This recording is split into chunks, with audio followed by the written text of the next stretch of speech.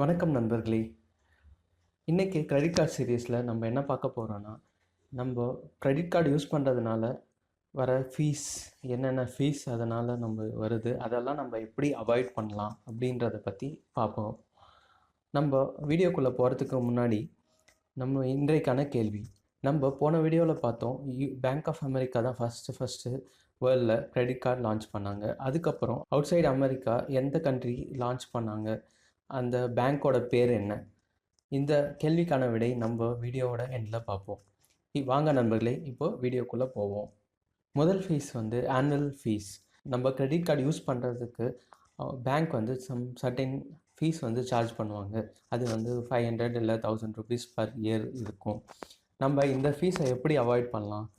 இதை அவாய்ட் பண்ணோன்னா நம்ம ஒரே ஒரு விஷயம் தான் பண்ணணும். நம்ம கிரெடிட் கார்டு நமக்கு ஃபஸ்ட்டு நம்ம பேங்க்கில் அப்ளை பண்ணுறப்போ, இல்லை அவங்க கூப்பிட்டு நமக்கு கொடுக்குறப்போ, அது லைஃப் டைம் ஃப்ரீ கிரெடிட் கார்டான்ற ஒரு விஷயத்தை மட்டும் நீங்கள் கன்ஃபார்ம் பண்ணிக்கணும். அது லைஃப் டைம் ஃப்ரீ கிரெடிட் கார்டாக இருக்கும் பட்சத்தில் உங்களுக்கு ஆனுவல் சார்ஜஸ் பே பண்ணுற அவசியம் உங்களுக்கு வராது.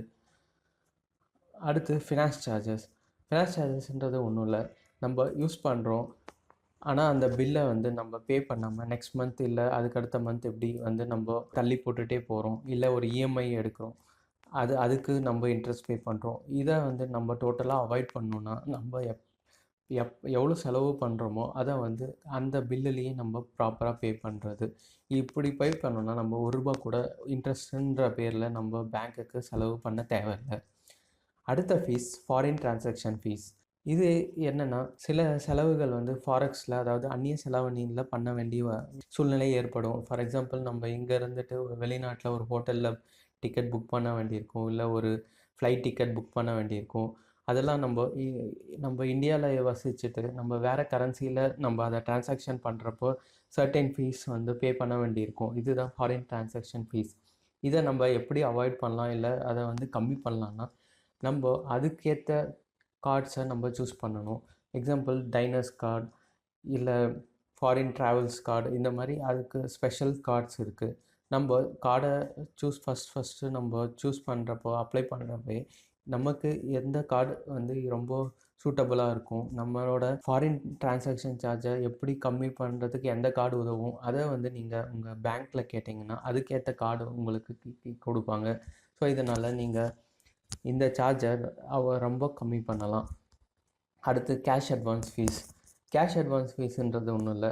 நம்ம சில சமயங்களில் நிறைய செலவு இருக்கலாம். நம்ம கேஷ்னா போய் நம்ம கிரெடிட் கார்டை யூஸ் பண்ணி ஏடிஎம்லேருந்து எடுக்கலாம். இப்படி எடுக்கிறப்போ உங்களுக்கு நிறைய சார்ஜஸ் அப்ளை பண்ணுவாங்க. அதாவது நார்மல் கிரெடிட் கார்டு இன்ட்ரெஸ்ட் ரேட்டை விட இந்த சார்ஜஸ் ரொம்ப அதிகமாக இருக்கும். ஸோ இதை நீங்கள் டோட்டலாக அவாய்ட் பண்ணணுன்னா, நீங்கள் கிரெடிட் கார்டை யூஸ் பண்ணி ஏடிஎம்லேருந்து பணம் எடுக்கிறத நீங்கள் டோட்டலாக அவாய்ட் பண்ணி ஆகணும். ஸோ இந்த மாதிரி அவாய்ட் பண்ணுறதுனால இந்த ஃபீஸை நீங்கள் பே பண்ண வேண்டிய அவசியம் ஏற்படாது.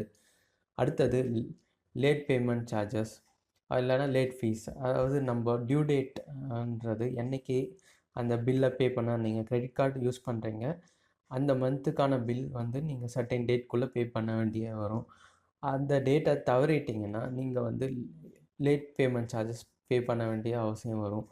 இதை நீங்கள் டோட்டலாக அவாய்ட் பண்ணணுன்னா, என்னோடய அறிவுரை என்னென்னா, நீங்கள் அந்த லாஸ்ட் டே வரைக்கும் வெயிட் பண்ணாமல் குறைஞ்சது ஒரு நாளோ 2 நாளோ முன்னாடியே நீங்கள் அந்த பில்லை பே பண்ணிட்டீங்கன்னா இந்த லேட் பேமெண்ட் சார்ஜஸ் பே பண்ண வேண்டிய அவசியம் உங்களுக்கு ஏற்படாது. இந்த மாதிரி டிப்ஸ் நான் ஏதாவது மிஸ் பண்ணிட்டேன், இல்லை நீங்கள் ஏதாவது ஃபாலோ பண்ணுறீங்க அப்படின்னா நீங்கள் என்னோட கமெண்ட் செக்ஷனில் நீங்கள் இதை சொல்லலாம். அதே மாதிரி வேறு ஏதாவது டவுட்ஸ், கிரெடிட் கார்டு பற்றி வேறு ஏதாவது டவுட்ஸ், கொஷின்ஸ் அதெல்லாமும் நீங்கள் கமெண்ட் செக்ஷனில் கேட்கலாம். இந்த வீடியோ பிடிச்சிருந்ததுன்னா நீங்கள் இந்த சேனலை சப்ஸ்கிரைப் பண்ணலாம், இந்த வீடியோவை லைக் பண்ணலாம், ஷேர் பண்ணலாம். நான் முதல்ல கேட்ட கேள்விக்கான பதில், அதாவது பேங்க் ஆஃப் அமெரிக்கா தான் முதல்ல கிரெடிட் கார்டு கொண்டு வந்தாங்க 1958. அதுக்கப்புறம் அமெரிக்காவுக்கு வெளியில் முதல்ல கிரெடிட் கார்டு கொண்டு வந்தது எதுன்னு கேட்டேன். என்ன பேங்க் முதல்ல கிரெடிட் கார்டு கொண்டு வந்தது எதுன்னு கேட்டேன், என்ன பேங்க்குன்னு கேட்டிருந்தேன்.